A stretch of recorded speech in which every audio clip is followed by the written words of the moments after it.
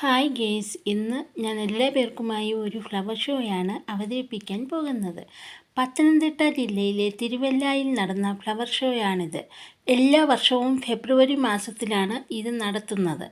വൈകിട്ട് 6 മണിക്ക് ശേഷമാണ് ഞാനിവിടെ എത്തിയത്. സാമാന്യം നല്ല തിരക്കായിരുന്നു. അപ്പോൾ തന്നെ ഇതിൻ്റെ മനോഹാരിത നമുക്ക് മനസ്സിലാക്കാം. പ്രവേശന കവാടത്തിൽ നന്നായി അലങ്കരിച്ച പൂക്കളും ഒരു വശത്ത് പ്രാവിൻ്റെ മാതൃകയിൽ പൂക്കളുമുണ്ടായിരുന്നു. അകത്ത് ആദ്യം ആനയുടെ രൂപവും കണ്ടു. പിന്നെ കണ്ടത് അനേകം ചെടികൾ ഒരേ രീതിയിലും അലങ്കരിച്ചിരുന്നു. പല നിറത്തിലുള്ള ഇലച്ചെടികൾ, വർണ്ണാഭമായ പൂക്കൾ നിറഞ്ഞ ചെടികൾ എന്നിവ നമ്മുടെ കണ്ണിനും തന്നെ ഒരു വർണ്ണക്കാഴ്ചയായിരുന്നു. നാടൻ ചെടികളും മറ്റു സ്ഥലങ്ങളിൽ നിന്നുള്ള ചെടികളും ഉണ്ടായിരുന്നു.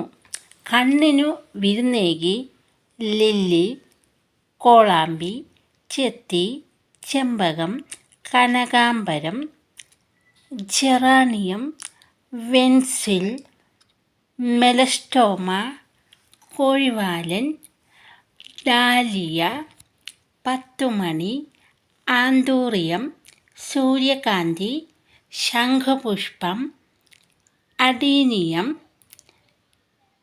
പൂച്ചവാലൻ, കുഫിയ, യൂഫോർബിയാമിലി, ബൊഗൻവില്ല, ഡെയ്സി, മന്ദാരം, ബോൾസം, ബിഗോണിയ, മുക്കുറ്റി, orchid, zinnia, rain lily, gerbera, വെച്ചൂണിയ, torenia, dianthus, gazania, hoya melastoma, hydrangea, വെൻഡസ് എന്നീ പുഷ്പങ്ങൾ ഈ ഫ്ലവർ ഷോയ്ക്ക് കൂടുതൽ മനോഹാരിത നൽകി.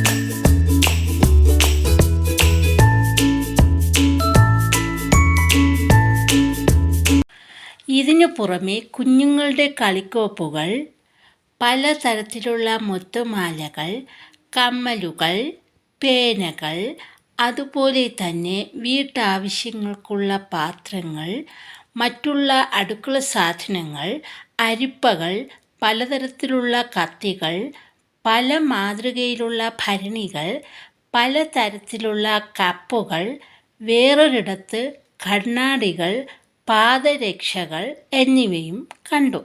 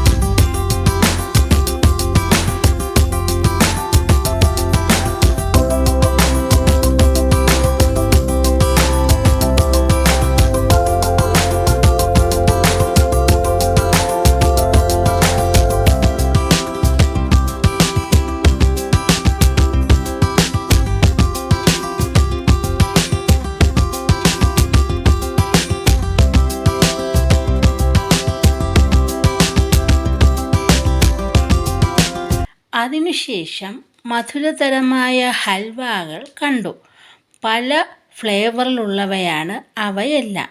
മധുരം പോലെ തന്നെയാണ് പല നിറങ്ങളിലുള്ളവ. കണ്ണിന് മനോഹരമായിരുന്നു.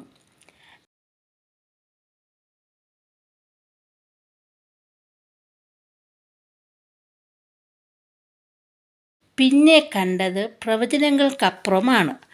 പണ്ടത്തെ കാലത്ത് കഴിച്ചിരുന്ന മിഠായികളാണ്. ഇപ്പോൾ അന്യം നിന്ന് പോയ മിഠായികൾ എന്ന് തന്നെ പറയാം. ഇന്ന് നമുക്ക് അത് കാണാനും കഴിക്കാനും പറ്റി.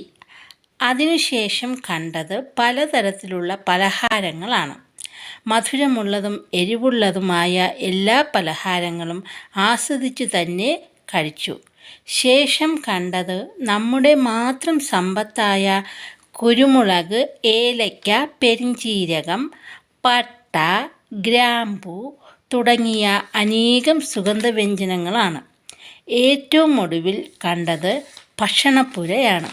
കുടുംബശ്രീയുടെ കീഴിൽ പ്രവർത്തിക്കുന്ന പ്രവർത്തകരുടെ ഭക്ഷണമാണ്.